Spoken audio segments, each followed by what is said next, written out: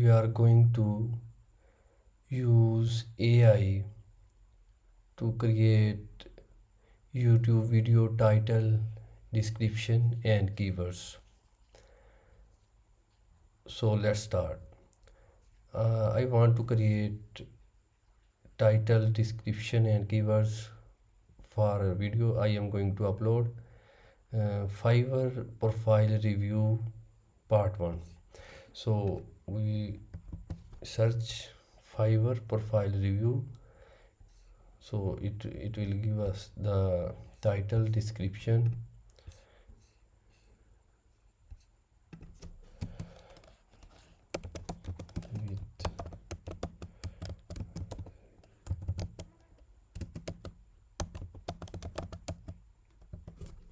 so let's check the result.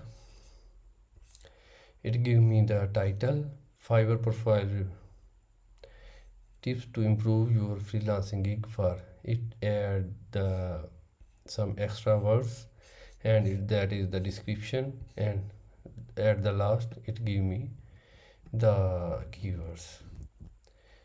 That is the proper way and very give us the very good description, keywords and title. Thanks for watching.